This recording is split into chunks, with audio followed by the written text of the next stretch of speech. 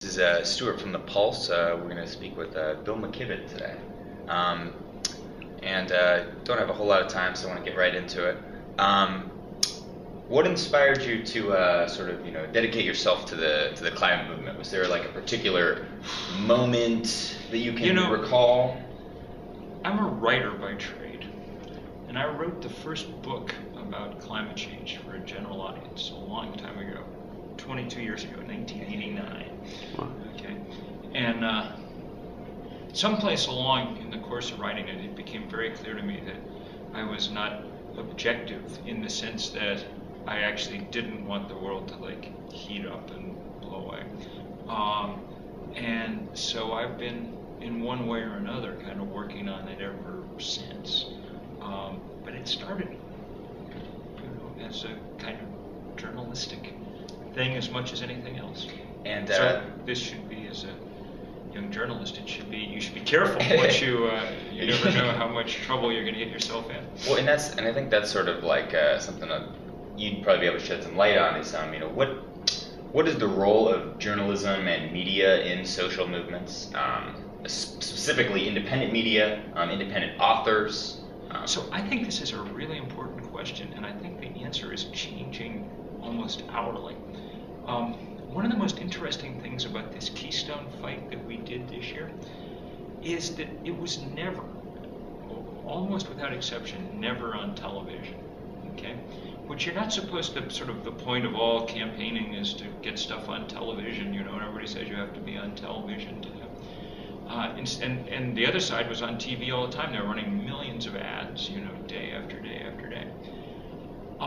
So I think the equation may be starting to shift. We were able to make a lot of our own media. We were doing stuff on social media. We were doing stuff on the web just constantly.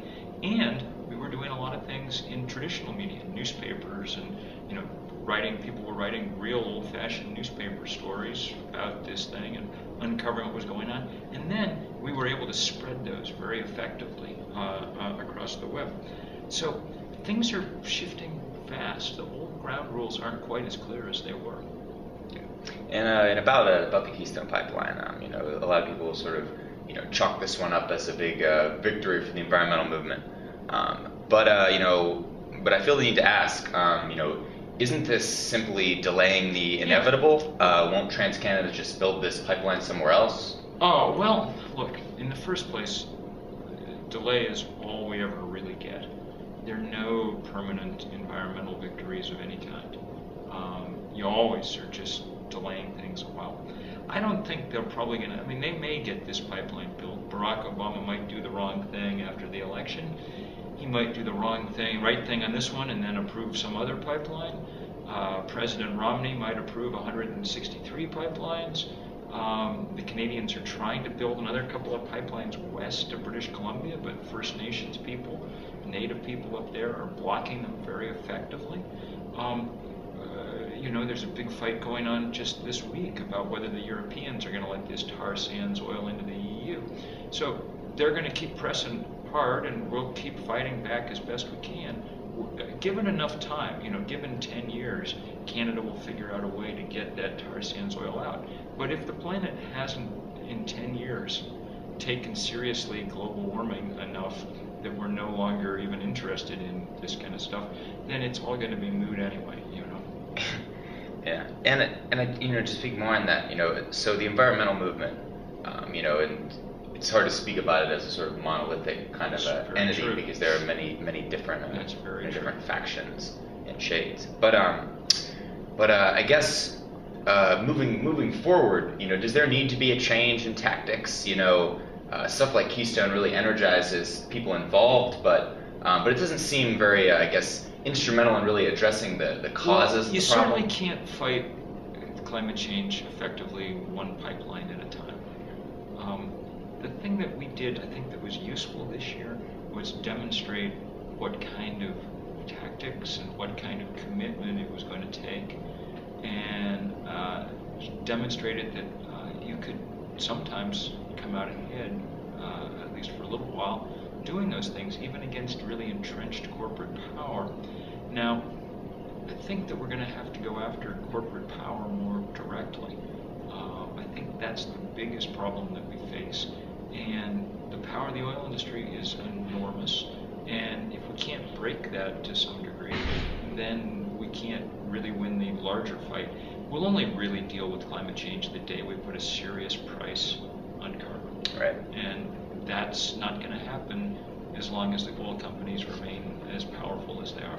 So, in drawing from some of the books that you've written, you seem to be in the camp of putting a price on carbon, renewable energy technology as becoming dominant, still not quite enough in really addressing the tipping points that we're going to face, the feedback loops.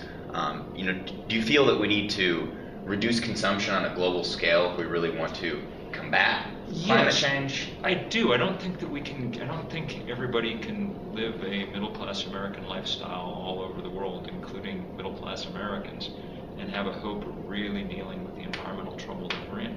But I think the most effective way to make that happen, to sort of get sort of large-scale change, is to do what we need to do around fossil fuel, to put a price on it. I think if we do, once we transition to sun and wind and things, with that will come inevitably changes in how we behave in the world. I think those things are inherently localizing. I think they lead to smaller scale, more localized economies, and I think lots will follow from them. So this is a different paradigm rather than the sort of the expansive growth of global capitalism. I think we really clearly are running into profound limits to growth. That's what it means when suddenly the Arctic is mostly melting away and the ocean is 30% more acid.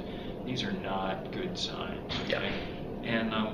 And so it's time to deal with that. And the quickest, most powerful and important way to deal with that is to put a price on carbon. Yeah, absolutely. So scholars in the past have argued that environmental degradation is just sort of a necessary consequence of the capitalist mode of production. I think the question that follows is for a truly sustainable existence on the planet, do we need to abandon the basic tenets of capitalism? This sort of unrestrained expansion and growth, because growth is what fuels the economy whether we like it or not. And moving away from that would be, in a sense, moving away from capitalism. In my worldview, ideology is somewhat less important, secondary to kind of physical facts. I think that it's important that Adam Smith wrote The Wealth of Nations 30 years after James Watt invented the steam engine and not the other way around. I think it was the sudden access to thousands of slaves apiece, in essence, as we learned to burn coal and then gas and oil, that's what changed things, and our kind of consumer capitalism kind of followed. And I think we'll go in very different directions as we move towards new sources of fuel. I don't think there's going to be some titanic clash of ideologies, because I don't even really know what the other ideology is exactly. I think what there's going to be is a titanic clash of ways of powering our planet. Yeah. And to go back to the discussion of scale, the trend for quite some time now has been the massive urban conglomerations. Mumbai is going to have 35 million people in 15 years. How do we need to reverse this trend of urbanization? Do we need to break down the scale of the metropolis? So look, urbanism in and of itself isn't the problem. Cities can be pretty efficient and green places, and they're concentrated. But the thing we do need to do is slow the constant drain of people away from rural areas. And we're starting to see that happen. Last year, the USDA announced that for the first time in 150 years, there were more farms instead of fewer in America. The rise of the local food movement has been enough to begin to change the very landscape of the country. And I think that will start to happen elsewhere too, and hopefully in the developing world, we'll be able to stop before we've drained the countryside quite as thoroughly as we have here. The encroachment of industrial agriculture is one of the things that the end to cheap fossil fuel would do a lot to reverse. And you don't want to take too much of your time. We'll just So one more question. 5 minutes ago. So with that in mind, with the idea that efficiency is not necessarily lost in large urban centers.